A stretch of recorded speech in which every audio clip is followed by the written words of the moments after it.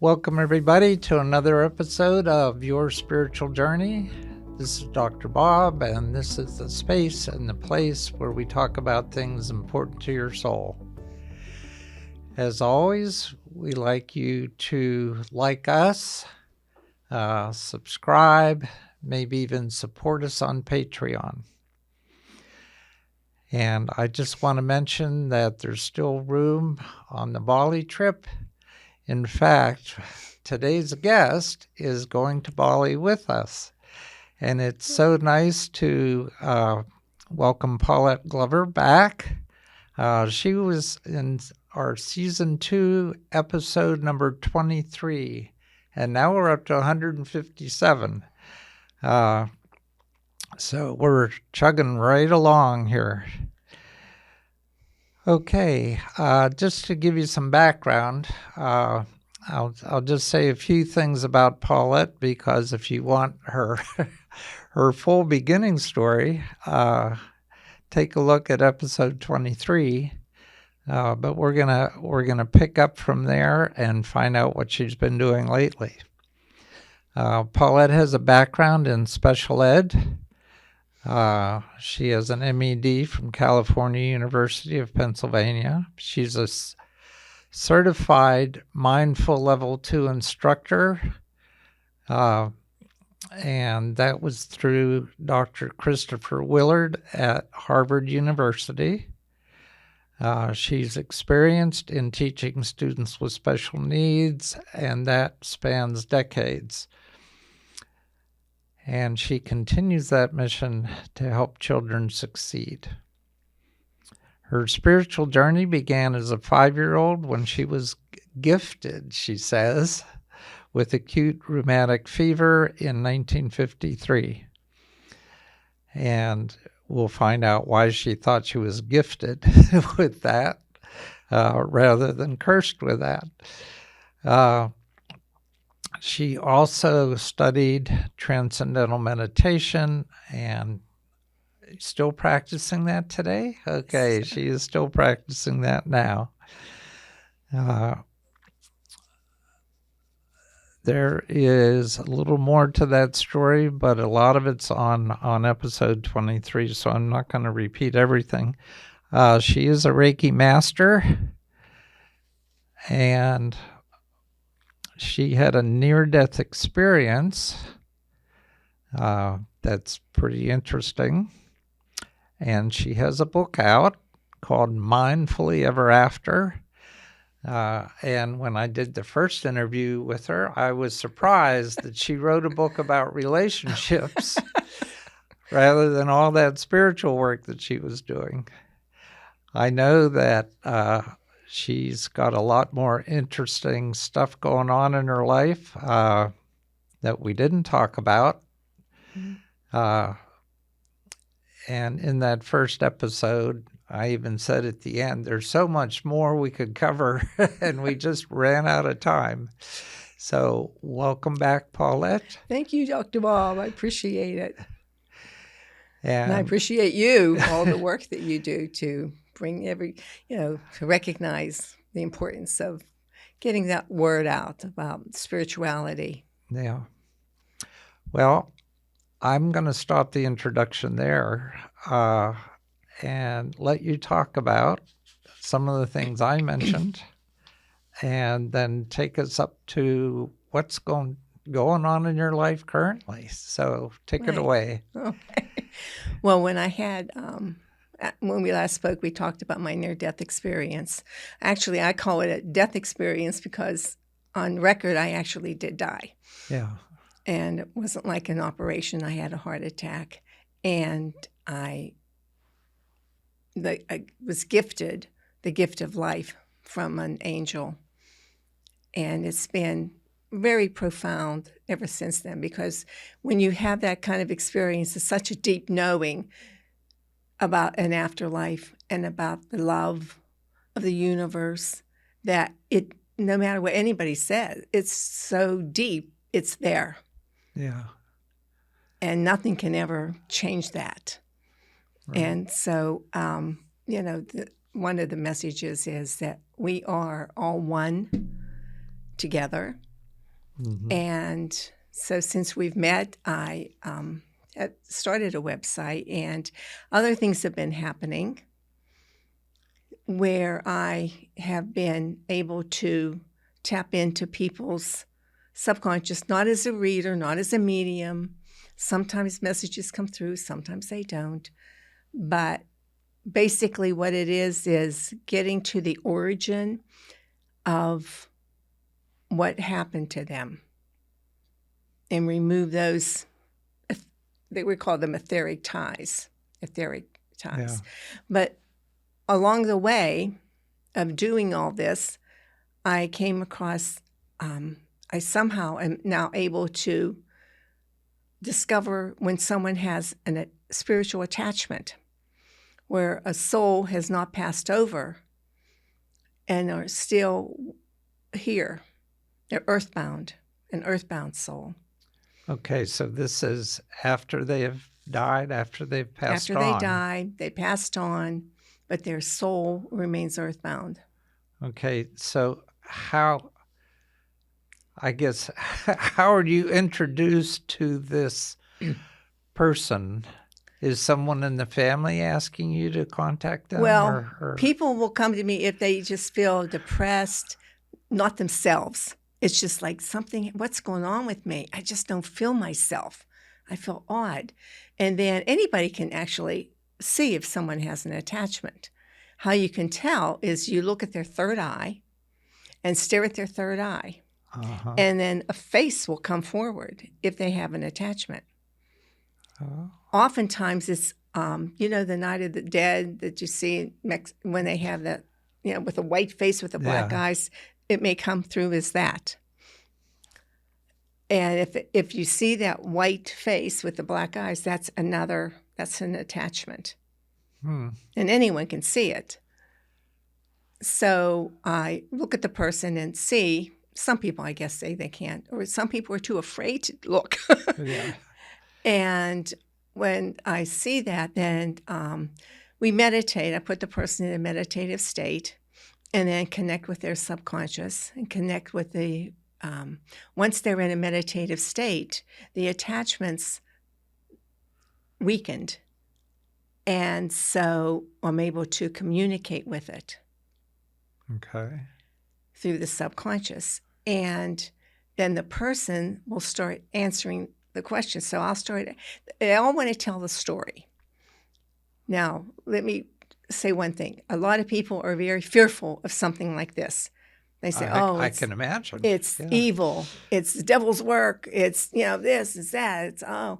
But that has nothing to do with it. It's actually freeing the soul who somehow missed their escort when they passed. Some of the people stay earthbound because of fear. If they have a low vibration, if they've been an evil person or done bad things, then their soul can't see the light. If they have guilt, they're held here by guilt. They could be held here by shame, feeling unworthy, that they deserve to go past. If they are, so there are a lot of reasons. A true person, a true non-believer won't see the light. So it all depends on the person's vibration. If they had an accident, if somebody had an accident and they weren't ready to pass, they weren't supposed to go. Mm-hmm. If they were murdered and they weren't supposed to go.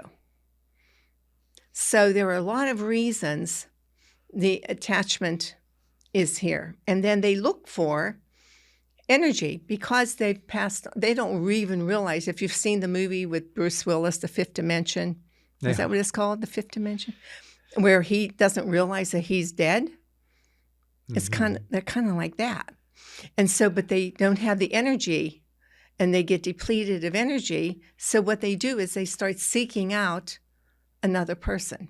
If a person passes away while they're on drugs, while they're, if someone is an addict, if they pass away from that, they may stay here just because their soul has been contaminated by the drugs. Yeah. So when a person comes to me, it's usually a referral, someone who, maybe and they're saying, I just don't feel myself. Something's wrong. I just don't know what. And then I tap, I scan. I say, well, you either do or you don't. Sometimes they don't. But if they do, then we communicate with it. And 9 times out of 10, it wants a story to tell. It has a story to tell. Mm-hmm. So I'm curious because I'm trying to put myself in your place.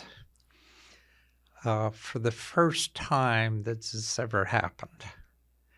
So, can we go back to? Do you recall that the very first time you looked at somebody's third eye and you saw a different person there?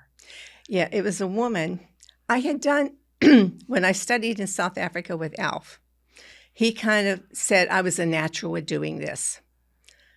Okay, so that was light. But I didn't see work, it then. right? That was light work, right? Yeah, When I was doing light work with Alf, he said he encouraged me to do this. But at the time, I wasn't seeing anybody. I was just following his lead. Mm-hmm. But then after my heart attack and doing more work, it just kind of started evolving. And then one time a woman called me. She was in her 70s.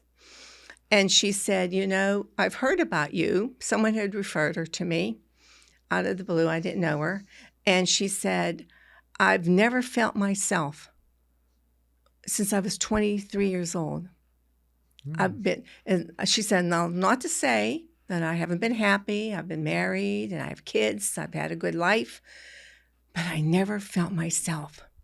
I said, well, tell me about it. So she tells me how she was out, 23 years old, and she was laughing with a group of friends, and she was flirting with this guy across the bar, and he's flirting back, and she felt this whoosh come into her. She said it was like that. It was like a whoosh. And she said, I thought, boy, that's weird. And she went over to the guy, and she said, did you feel that? And he said, well, I felt something, but I don't know what it was. So they talked, and that was that. She said, ever since then, that moment on, she felt odd. She said, I just never felt myself again. So when I tapped into her, that was actually... All right, explain tapped into her. Okay, so I had her meditate. I looked at her, and when I looked at her, I could see this child. A face of a girl, a redheaded girl, who, it was like, whoa, okay. So when I say tapped in, I touch the person's thymus right here. And I, have a hand, now they're in a meditative state. And I said, I started asking questions. What happened to you? Who are you? So through this woman, she's talking to me. She's like, I see her. I said, does she have red hair? She says, yes, she has red hair. And she's telling me she drowned. And she saw me laughing and she, and she went into me. So I said, okay. So she drowned unexpectedly. So that's why she was here. So we... through communicating with her, I called upon her ancestors. I invited in her guides to help her transition past. Now, she's been with this woman 50 years now. Yeah. Right? Wow. Yeah. And so we had, invited her ancestors, then they came in, and she was very frightened to leave. And so I could actually see her. So when I pull them up and I can actually feel their energy, she kept going back in. Oh. She was frightened. So I kept lifting her up. Eventually she did go. And the woman, when she was done, she was like, whoa, I just feel so light. I feel so light. unbelievable. So she called me 2 weeks later, and she said, I have to tell you, everybody's noticing a difference in me. She said, I'm laughing all the time. People were saying, wow, what are you on, girl? You're just so different. She said, I feel like that 23-year-old again. Yeah. But back 50 years ago, if she had told somebody this, Yeah. you're going to the, nut house. Something's wrong with you. You have psychiatric problems. She suffered from depression. She was on medication. And then everything was fine. Yeah. Okay, I want to take you back further. Okay. Because you got trained in how to do this in South Africa. Right, from ALF. Mm-hmm. So would you explain that experience? What took you to South Africa to begin with? Why did you decide to study with this person? And what is light work?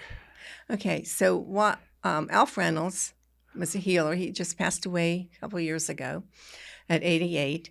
And he had come to the States and gave workshops in white light healing. White light healing is the same as Reiki, but no symbols or mantras. You just invite in the spirit guides, invite in the white light, and the white light comes. So it's the same thing, but that's the only difference. It's just like more instant. Okay. They come in more quickly.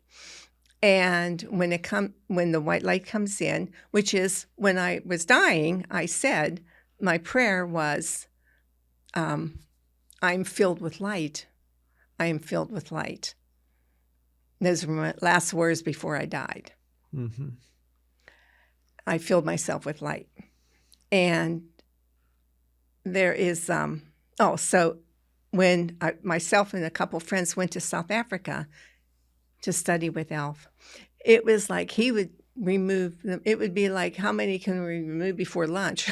It's like people were coming to him for this purpose, and we were healing quickly. So this one day we were there, and this man came in, and he was, Alf was removing an attachment from him. And I passed out. I was working on him too. And I was like, I fainted. And here he said, when I came to, I said, what happened? And there was this awful smell.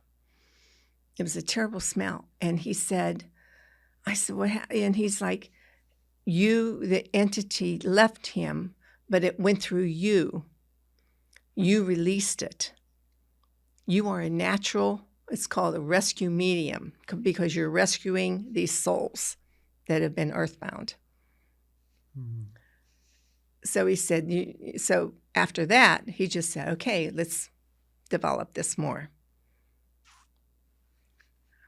Okay. So when you left South Africa, you had been trained in this. Right. And Alf had come to the States a couple times as well. Okay. But there's a time period between when you got the training and when you had your first experience with it then. So how long ago, what was that time period? It was, I don't know, time-wise. It just seemed to come slowly. Yeah. With the more I would do, the more confidence I would have. I didn't have the confidence at first. Okay. That I could do it on my own. Yeah. And then it just started coming so naturally. Like now it's like, yeah, okay. I've released attachments from people in other states, no matter where, from Florida, Nevada, Arizona, California. All right. So, we can do it on Zoom. Okay, so you don't need to travel to those people. You can do it over Zoom. Mm-hmm. Right. As soon as I get their permission and connect with them, you're right. Okay. And we always get interesting stories. Yeah. There was this one young man from another state who, the entity, now he's in the southern state in Nevada, and the entity, the attachment, tells me this story that he froze to death going on looking for gold in the Yukon. Okay. So I'm like, okay, this is crazy. How would this happen? Well, then when we were done, now he's telling me and this guy who is speaking, is telling the story as well, that this guy had relatives in a gold mining town that he had just visited. Oh. So it's like, okay. Yeah, so you try to figure out, how did this entity get attached Right, to this yeah. particular person? Right, yeah. And they usually it's the emotions, energy, like the energy if somebody's really happy and they haven't been happy, then they'll attach a person. If someone starved to death, they might be looking for someone who eats healthy. Yeah. If someone has been murdered, then they're looking for someone who can help. If this was an addict, they're looking for another addict. Oh. So, yeah. So how many of these do you think you've done? Oh, many. Yeah. Does many mean 20? Many Oh, mean more. 100? Yeah, about probably 100. Yeah. Yeah, My goodness. over the years. Yeah. Yeah. So I'm trying to picture, okay, so you're doing white light healing, which is basically a version of Reiki. Right. So, and you earlier mentioned that you've got a website now. Right. So let's talk about that and what you're offering on that website, and how do you explain this to people as an offering. So when did you put up the website? Well, it hasn't been that long. It's relatively new. And I'm still typing out what to put under services, Okay. how to phrase it. Yeah. So people don't think I'm crazy, or a witch, or, put in the category of being somebody weird. Yeah, because Yeah. I'm just this regular person who has been given this ability to help others. Yeah. And that's always been my goal, to help people feel better and to, Yeah. It's and to take the fear out of it. There's so much Yeah. fear surrounding that. it's interesting to me in that next week I'm interviewing somebody who comes from a very Christian evangelical approach to this same issue. And, he's able to talk about, from what I've read, because he has a book out, that in order to get rid of these, and it's not exactly an entity, but it's close enough, because in the Bible, it talks about Jesus expelling demons from people. And so he talks about those demons needing to be released through repentance. And then he's got a process that's basically grounded in prayer, but he has become a miracle worker and released these entities from people in a way that you describe pretty much. So it's interesting to me that these two interviews are going to be close together in when they air, and you're basically both doing the same thing with a totally different process.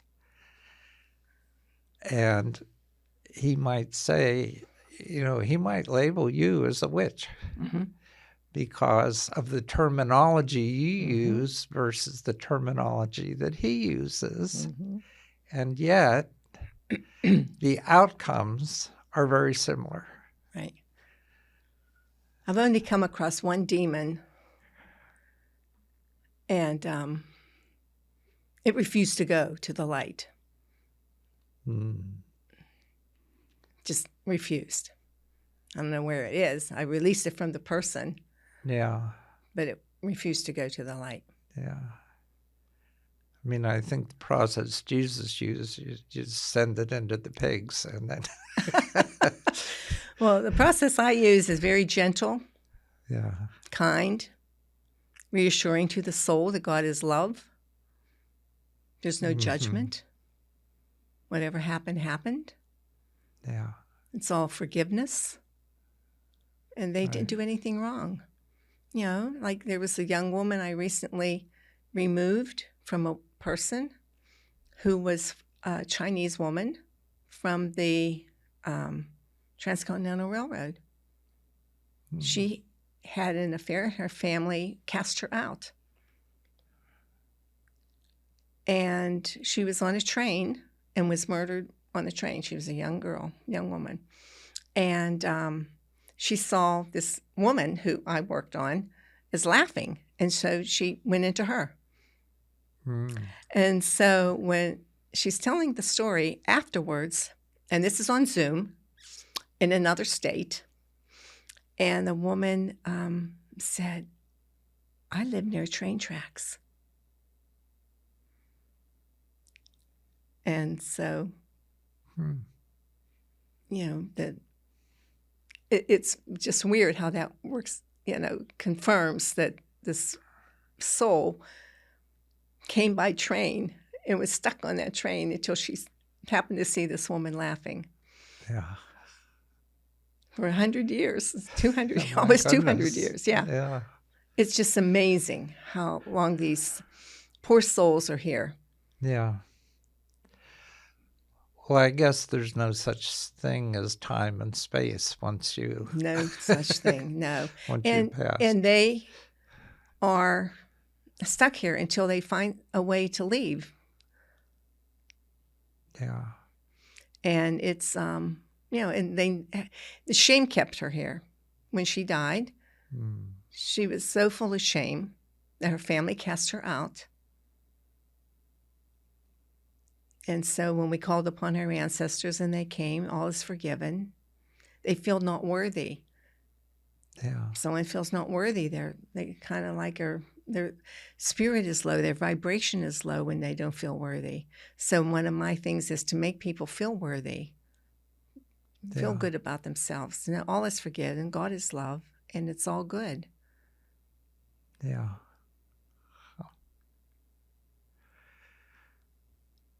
Okay. Has it happened where somebody hasn't asked for this, like you've just got them on the Reiki table and you're doing your usual light work, and suddenly this Something will entity pop up. appears, Yeah. unbeknownst to the person on the table, and you just say, "Whoa, there's something else here."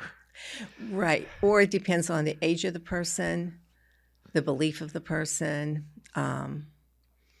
If it's a real young person, I don't want to scare them. Yeah. One young woman, I did tell, and she was like, crying, it's fearful. What do you mean there's something inside me? What are you saying? And I don't want to scare them. Yeah. Because this is a gentle process that I use. It's so gentle that they're full of fear, and I have to remove that fear from them and let them know it's okay. You didn't do anything wrong. Because right away it's like, why me? Why did I do wrong? Why would this, They go to demon. They go immediately to, it must be bad. I must be bad. And I have to release that fear, release that feeling of unworthiness, and no, it's all good, all light. God loves everyone. All is forgiven. There's no judgment here. God has no judgment. Yeah. There's no judgment. Yeah. All is welcome. And so, have to give them to forgive themselves and Yeah. know that, their misperception. Mm-hmm. Because this episode won't air for a couple months, I assume, I'm hoping for your benefit, that your website will be done by the time this episode airs. So what's your website address? Is it just Paulette Glover? PauletteGlover.com or mindfulseedlings.com. Mindfulseedlings.com. Okay. That name was given to me. It was funny. I was supposed to do with a Reiki demonstration at What the Bleep group, led by Lee Robinson. Yeah. And I was supposed, and it was the week though after the Boston Marathon, and it was not a week, the day of our marathon, but it was after the Boston one, yeah. marathon bombing. And so to get there to the Panera that had the What the Bleep group meeting, I had to go through all kind of traffic. Anyway, no one showed up. But one person, Joan Dickerson. You know Joan. Oh, yeah, I know Joan very well. So the night before, I was giving a Sanskrit word. Before I went to bed, I asked the question, what should I name my company, my business? And it came up with a Sanskrit word. I'm like, what does that mean? So I called a friend who had studied Sanskrit. And I said, what does this mean? And he said, something about enlightenment. And so Joan was there, and I said, Joan, talk me through this. So she talked me through it, and we came up with Mindful Seedlings. Oh. Planting seeds of mindfulness, planting seeds of hope, planting seeds of spiritual love. Yeah. So be mindful of what's being planted. Be mindful of the seeds that we hear. Yeah. Okay. Well, your book is called Mindfully Ever After. Yeah. And during that first interview, I mentioned to you that my wife had benefited from your book. I know, yeah. And as I was preparing for the second interview with you, I listened to that first interview to remind me of what we talked about. And I remember telling you at the time that my wife benefited because I remembered that there were little things that I used to do for her that I was no longer doing. So I went ahead and got her a bouquet of flowers and just said, just because there was no special event. And I had essential oils around, and I massaged her feet with essential oils. So a couple days ago, in preparation, so I bought flowers again. I love it. I love it. You're precious. Oh, my gosh. Just got that reminder, and she didn't want the foot massage, but it was offered. Oh, how sweet. So there's a lot to be said for being mindful about relationships that you begin to take for granted, or you've just been doing these things for so long that you forget. Yeah. Right. And that's what I know. The mindfulness, too, is about gratitude. And so I wake up every morning, ever since my heart attack. I don't know if I mentioned this. I wake up every morning in a state of gratitude. Yeah. As soon as I go, thank you that I can see. Thank you for this day. Thank you for my arms that I can hug. I get out of bed. Thank you for my legs that I can reach the floor. and touch and walk. Thank you that I can. I go through this whole routine every morning for 13 years Yeah. of gratitude. Sure. We take so much for granted. Uh-huh. And we have to realize we are actually here. We are living in a state of grace. This, for the grace of God go I. And to live in that state of grace and gratitude and trust and faith. And that's one thing I've learned on this journey, that now that I'm old. Yeah, I just turned 77 and I love being old. And it's great, to embrace that age. Yeah. And say, oh my gosh, I'm so healthy. I'm so grateful to be here. Yeah. Well, I'm so grateful you're going to Bali with us. I am too. I'm so excited. I am so excited. Yes. That's just going to be wonderful. And, I was asking the universe to provide me with a spiritual journey next summer. Oh, you were? I was, yes. And then it was like I mentioned it to some of my friends. No, I'm not going anywhere. No. And then I got your email. It's like, oh my gosh, this is the spiritual journey I asked for. There you go. So. Yeah, and the way that I felt nudged to do this whole trip was that I had 3 synchronicities. So. What were yours? I was reading a book that's up here about a woman who was able to use her intuitive powers.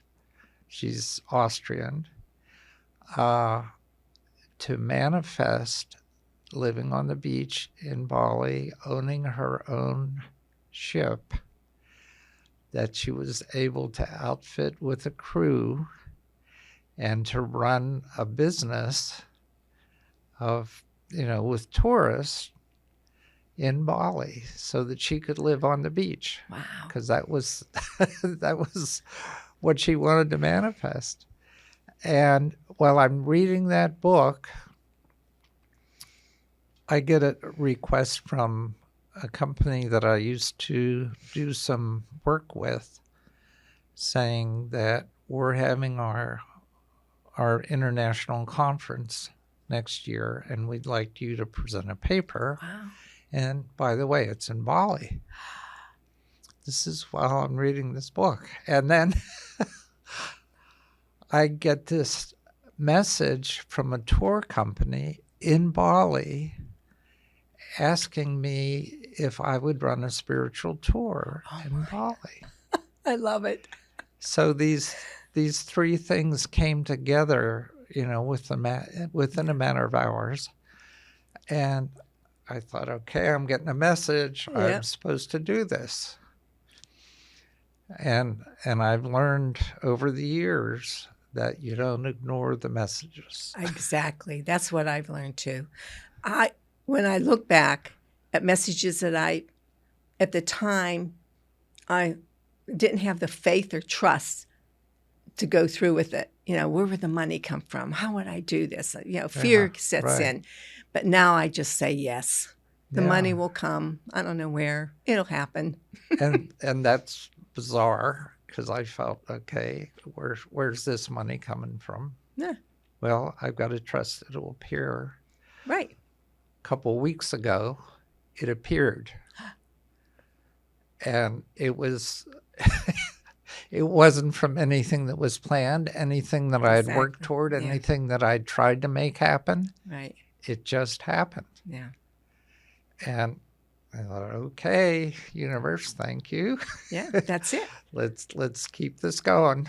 It's it. Yeah. We have the momentum here. Yeah. Keep it up. Right. That's it. Yeah. Exactly. It's that trust and faith. Yeah. And just say yes. It's going to work out. It's okay. Yeah. It's okay. Yeah, to know that, I guess, you're in capable hands and there's no reason for you to fight anything. That's right. To work too hard toward anything. I mean, you have to do your part, but Right. these things happen. Well, that's it. It's just like when I was dying, and I knew I was dying, and I said, I surrender whatever you have in store for me, whether I'm to live or to die, I surrender to your will. Mm-hmm. And then I started saying, I am filled with light. I am filled with light. Yeah. And that's when I died. And I've been told by my teacher, Alf Reynolds, and I was told by other people, Master John Douglas, and some, that the surrendering is what brought me back. Mm-hmm. Yeah. I just surrendered. And so when we surrender, all kinds of good stuff happens. Yeah. Mm-hmm. So back when we talked a couple years ago, you were doing some REM work. Right. Do you still do that? A little bit. It all depends on the situation and the client and the person who comes, if they need help with it.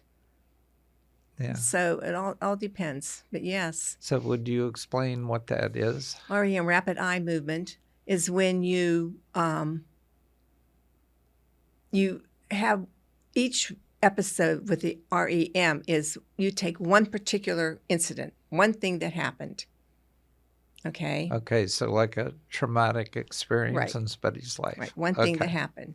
And then you have it, and we put it in a box. And then we send it down to the first chakra. Okay, now this is through a guided meditation? Mm-hmm. Okay. We send it down because the past moves very slowly. The past is very slow. The future is very quick. So the past is red, or past from our first chakra, or keeps building up. The future is very quick, the violet light. So what we do is we take what's current. The present moment is here in the heart. And we feel the present moment with whatever happened, the one incident that happened in the past. We send it to our first chakra, and we ask for we put in the box from our first chakra everything that goes in that, whatever happened. We put in any sounds we heard, any people that were present, anything that happened at all goes into that box. Mm-hmm. Okay? Then we say a little prayer. Then we send it up our spine, up through all the chakras, until we get to the crown. The crown. Okay. Then we release it to the quantum. We say another prayer, release it to the quantum for all possibilities.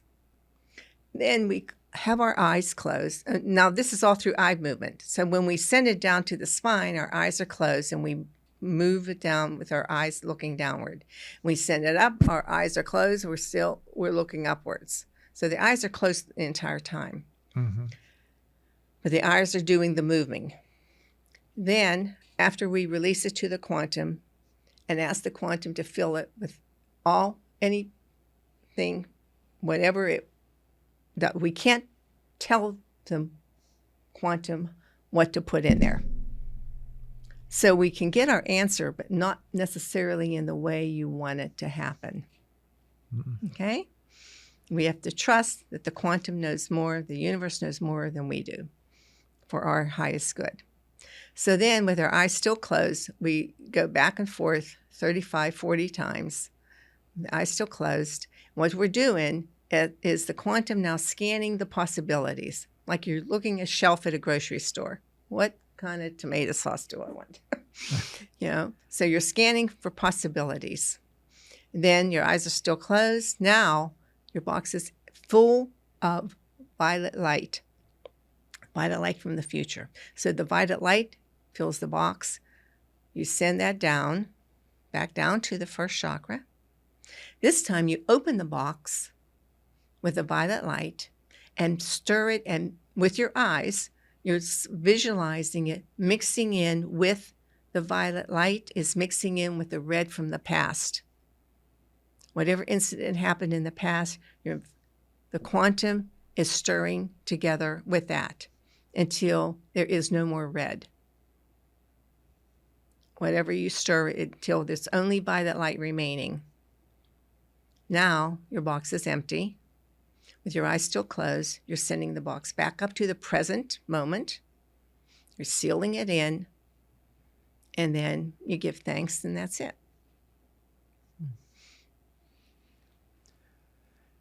And the trauma is gone at that Whatever that happens, okay? So in the process, we're asking in our prayer, we're asking for something to change about it. So it doesn't deny that whatever happened, Mm-hmm. but what it does is take away the emotional attachment to whatever happened.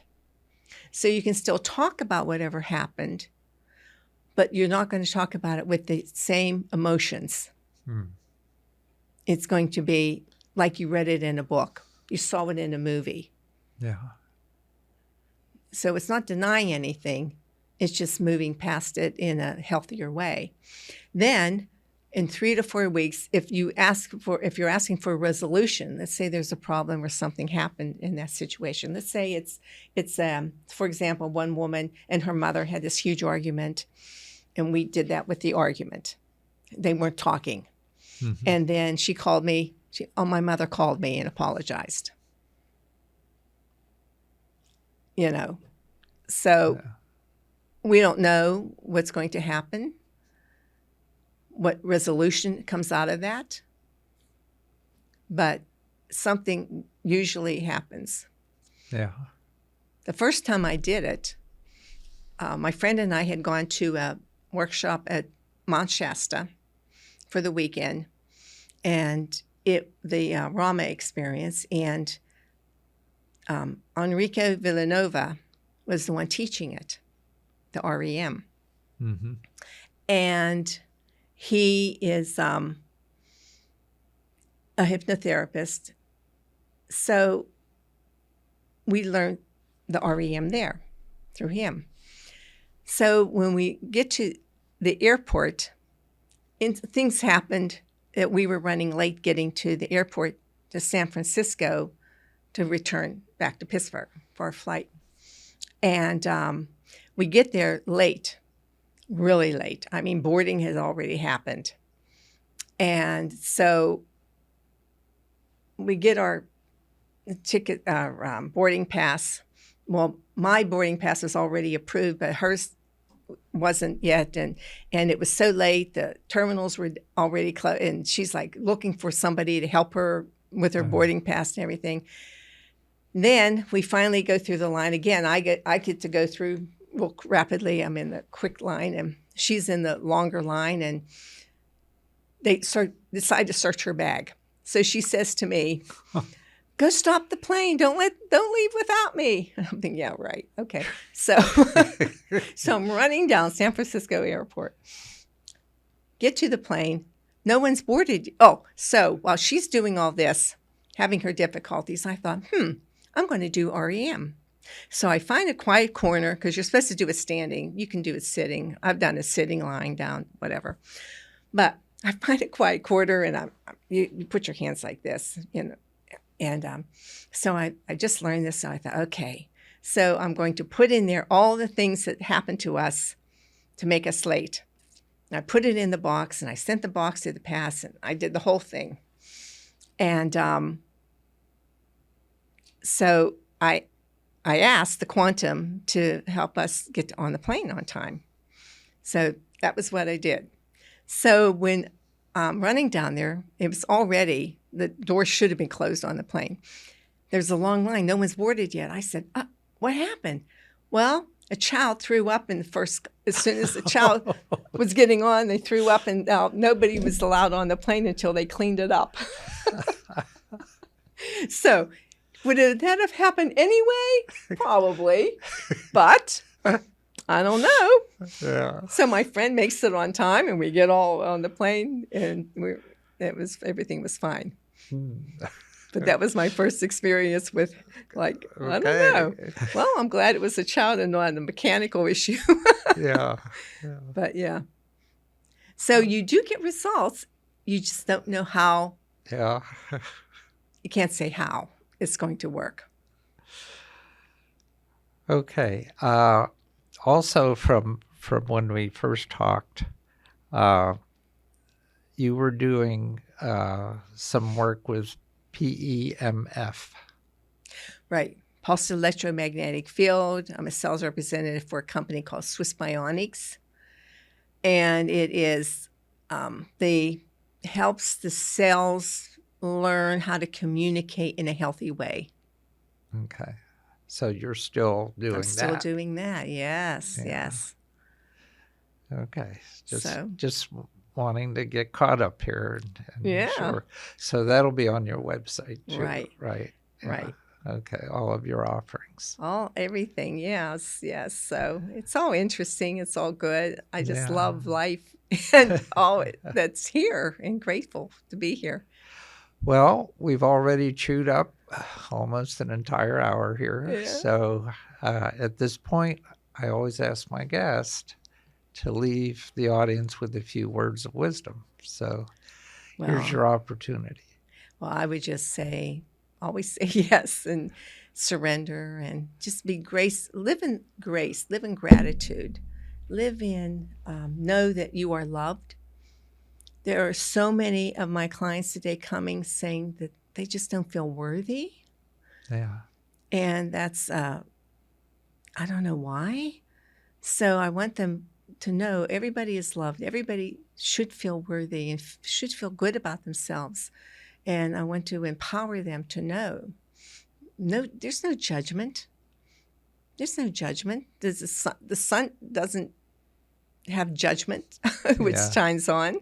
The ocean doesn't care, whose wave. So one of the things I do is anchor people to, you're an anchor of a ship. So the ship may have storms. Everything, the ship may sway back and forth, but the anchor holds you steady. The anchor in the universe that you are loved. And to know that you are loved is important. Right. For people to understand that. And once you get that, it's whatever happens we're in God's grace. Yeah. Well, audience, as always, whatever resonates with you, take that and incorporate it into your life. Put the rest on a shelf until you're ready to deal with it. And until next time, this has been your spiritual journey.